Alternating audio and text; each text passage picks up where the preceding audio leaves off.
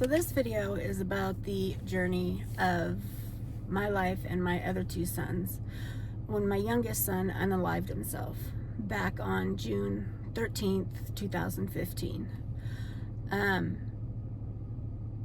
He had been this was actually his third attempt. When he graduated in 2013, I think was when he graduated, and he moved down here. All his brothers were already here. And they all lived together in a condo. And he, I did not know this until,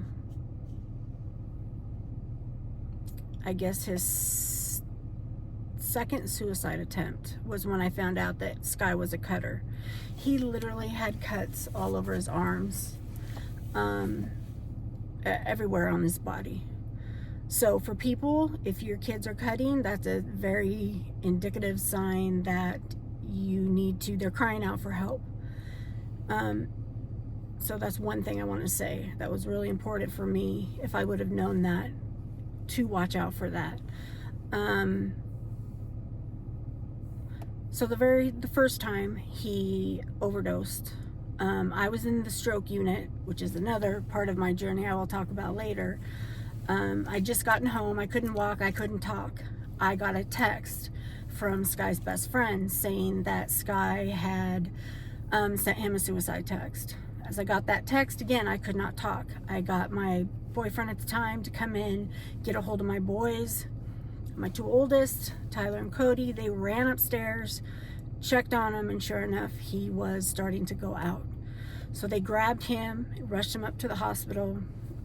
He made it, but he was in ICU for quite a few days. That was his first attempt. His second attempt was to I don't want to say it, I don't know if but he cut himself extremely deep. And he told my oldest son that he didn't want to die, but he kept hearing voices telling him that he needed to. He was a burden for people. Nobody liked him. Everybody hated him. And he shouldn't be here. So Tyler told him that we need to go to Mom. And Sky agreed that I'm ready to go tell Mom. So they came to my house, and that's when I saw the cutting that he had done. And it was pretty bad. So he said, Mom, I need help. I just don't know how to get it. So I called Kaiser immediately and said, how do I get help for my son? They told me that I needed to take him to the ER, and I needed to show him the wrists and explain the past attempt. So we did that. And then they were able to get him a bed. I think he stayed a night in the hospital, and then they gave him a bed. Sorry, getting dry mouth. So they got him a bed. I think it's a Brookside and Kaiser. He was there for, I think, 3 weeks. He was in the in-house, and he stayed. He had to stay himself. I couldn't force him because he was an adult. He was 19. So he stayed there, and I wanted him to stay longer. But they said he wanted out. He had obligations for his bills. We thought somebody else was handling the bills for him so that he didn't have to worry about that. Well, it turns out that person did not do what they said they were going to do, and that stressed Sky out. So Sky got out, and then he had all these bills, and then there was a person that he was seeing. Sky was gay, and this person who Sky let move in with him, was both, from what I understand. And he would play with Sky's emotions horribly. After Sky passed, I went through his phone and saw what really happened and what was going on. So back to his third attempt. He wasn't even out, I don't think, a month. He wasn't even out a month. And he called me up and said, Mom, I need to borrow some money to put gas in the car, which I was loaning him my car, my Kia, to drive. And I said, and I had my big Jeep, but Ty had my Jeep, my oldest son, because his car was down getting fixed. So I said, I have $5 cash, but that's it, because I don't have any way to go get any more money. He says, that's okay, Mom, that'll be enough. So Sky came here. He was also watching my dad's house while he was at the beach. So he came here, he gave me a big hug, he got the money, and then went over to my dad's, which my dad just lives literally 2 minutes down the street.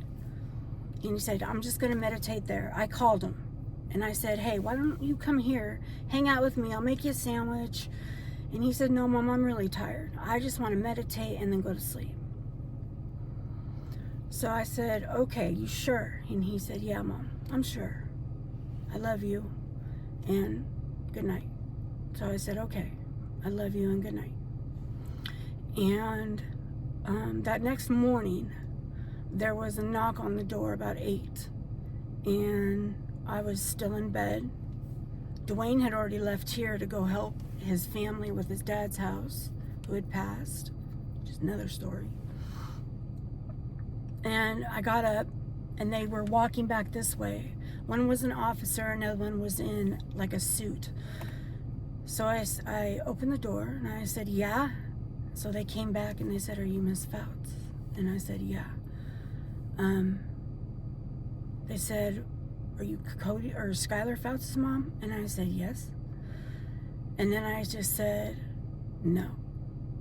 They said, we need to come in. So I let them come in, and they said that Sky was deceased. And that they found him down at the Lacamas Lake Trailhead, which was his favorite place to go. He's an empath, so of course that was going to be his favorite place. They explained that my car is down there, and that's how they figured out who I was and where to find me, because Sky did it outside the car, thank God, not inside my car. So I immediately called Tyler, and Tyler came up with me. Cody was in LeGrand. Cody came flying here, and we had a celebration of life for him on July 3rd, because he loved to celebrate the 4th of July. That was his favorite time of the year. So we did 84 people came. We did a huge celebration of life. But I will tell you, your life will never be the same. And don't ever let anybody tell you that you're grieving is wrong. It's not wrong. You grieve the way you need to grieve. There's, how do I say this? Like with my boys, they hold a lot of guilt because they lived with him, which it's not their fault. There's not anybody's fault. Sky was going to do what Sky was going to do, no matter what. I mean, 3 attempts. The scary thing is that he used my dad's gun. He found my dad's gun, and he used my dad's gun. So that was really hard on my dad. So my dad's got guilt, my 2 boys got guilt, I have guilt, but we worked through it. And everything was okay. For me, I accepted that it wasn't my fault. Probably 2-3 years took me to let go. For Tyler, it took so Sky has an orb, and I have videos of it. It's in my on my page, on all my pages, and you can see him zooming around, and he communicates. I ask a question and he comes in the video.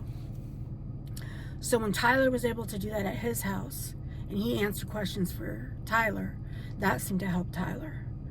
Cody, gradually over time, he still has some guilt, but he's getting better. He actually has Sky's ashes right now for me, because I'm kind of in between places of where I'm going to go right now.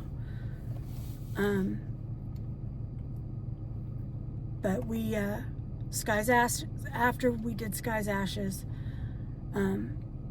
Tyler and I drove the ashes. I put Sky in the Jeep because the last time he was going to ride in my Jeep, which he loved. We took him to, Ty went in the front, drove in the front. He was lead car. I was behind him, and we took half of the ashes to his dad. And then they had their celebration of life. So yeah, my main thing is your life just won't be the same. And you can grieve the way you need to grieve. That's the biggest thing I've learned. And there's many parts to my journey that I will share. Some of them, I already listed some of them in a video from a long time ago. So I will be back with another journey. Have a great day. Much love and many blessings. Jen.